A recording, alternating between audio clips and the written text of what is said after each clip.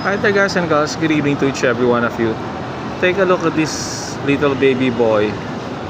He is sitting at the center of the corner. So carefree. He is observing people. I think he's getting bored. So cute baby boy. He needs some other kids to play with him, guys and gals.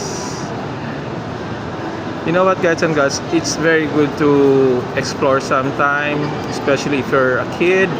And if you have kids, let them do what they wanted them to do. Other people didn't allow their kids to sit at the corner or in any floor because they will tell it's dirty. So there's some kind of sensitive. But there's nothing wrong on sitting right there. For as long as you are enjoying, you have your peace, you have your own thing, you're enjoying each moment of your life.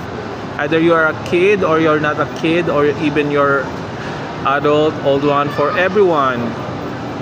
For as long as you are comfortable on what you are doing or what you are sitting for, just do it, okay? Bye baby boy, nice seeing you.